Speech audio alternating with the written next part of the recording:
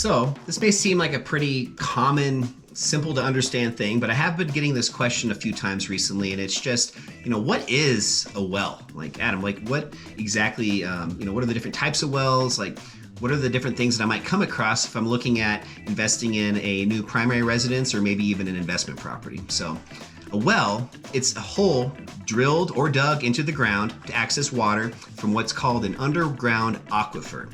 And a well for a single family residence, those typically range anywhere between 25 to 100 feet deep, and it's lined with a pipe or a casing to prevent that collapsing or being contaminated. So on top of that, there's also what we call a well pump, and that's installed at the bottom of the well, and that's what actually brings the water up to the surface. And then there's also a pressure tank, and that's used to store the water and also maintain that consistent water pressure actually within the home. There's also a well water treatment system, and that's usually installed to help remove any impurities and bacteria from the water before it actually enters the home. So that's pretty common because well water, it's not treated by a municipal water treatment facility, and therefore regular testing and maintenance, it's very important just to ensure that the water that you're getting from that well, it's safe for consumption and for your family to use. It's also really important to note that well water, it is a private supply, and the homeowner is responsible for that maintenance and any repairs needed for the well itself, and if you do need any of these treatment systems. If a person doesn't have a well, they'd also, most likely have a few other options for water supply in their home. The most common is definitely, the municipal water supply. So this is just water supplied by the city or the town through a network of pipes. Probably what's most common for most people today if you're living somewhere near, a major city.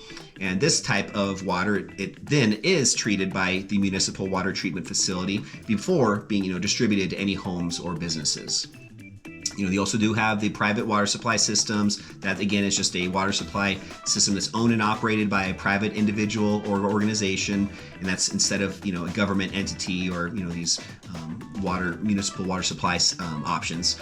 And this is again, could be a well, but it also could be a spring. It also could be a cistern or even like a rainwater harvesting system. So if you're living off the grid, you might have some alternative private water supply systems other than a well that's providing the water for your property. And then there also are some community water systems. This is just like a water supply system that serves multiple homes or businesses in a certain area. Community water systems, they aren't quite as common, especially in Denver, but they are typically owned and operated by an actual private company or even a public utility company. So we don't see that nearly as much here in Denver.